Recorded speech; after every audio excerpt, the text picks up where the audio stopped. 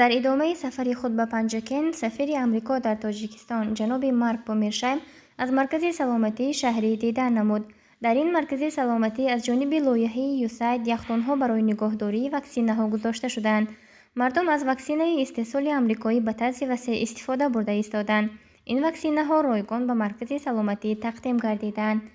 در یکی از دهه‌های پنجکن، سفارت توسط شبکه US Alumni Network of Tajikistan یوسند لایحه‌ای را عملی کرده ایستاده است که زنان آسیب‌پذیر را کمک می‌کند و به آنها کورس‌های خواجگی‌داری می‌گذراند.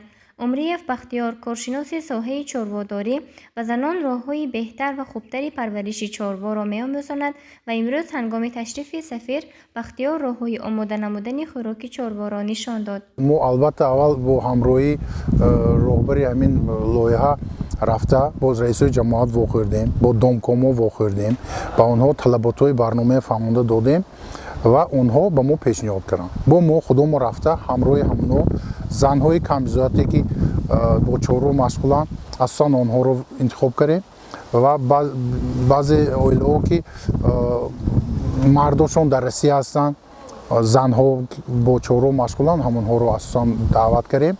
این در سمینار 70-80% سمینار اشتراکچی‌ها زن‌ها میباشند، 30-20%ش مردها.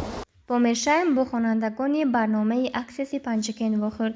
از دیدن و صحبت با آنها سفیر بسیار خوشحال شده مدت 1 ساعت با آنها با زبان انگلیسی سوال و جواب داشت و خبری خوشی را به آنها اعلام کرد. از سبب پاندمی درس‌های برنامه اکسس طریق آنلاین می‌گذشتند و سفیر رسما از آغاز درس‌های حضوری آنها خبر داد.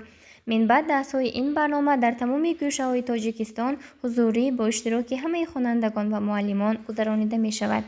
محلی بازدید نوبتی سفیر چایخانه و مهمانخانه سیاحت بود که از جانب یوساید همچون لایحه رشد سیاحی دستگیری کرده شده است. فریدون همراه دیرکتور شرکت سیاحی ختم کرده برنامه مبادله‌ای اوپن ورلد می باشد که از سفارت ایما برای ترویج و رشد سیاحی در پنجکن کمک‌های مالی دریافت کرده است. کارمندان چایخانه به سفیر طرز تیار کردن طعام‌های ملی تاجیکی را نشان دادند که بخشی از برنامه استقبال سیاحان است. سفیر بومرشایم سفر کاری خود را با تشریف به مرکز آمریکایی در شهر پنجکن جنبست نمود.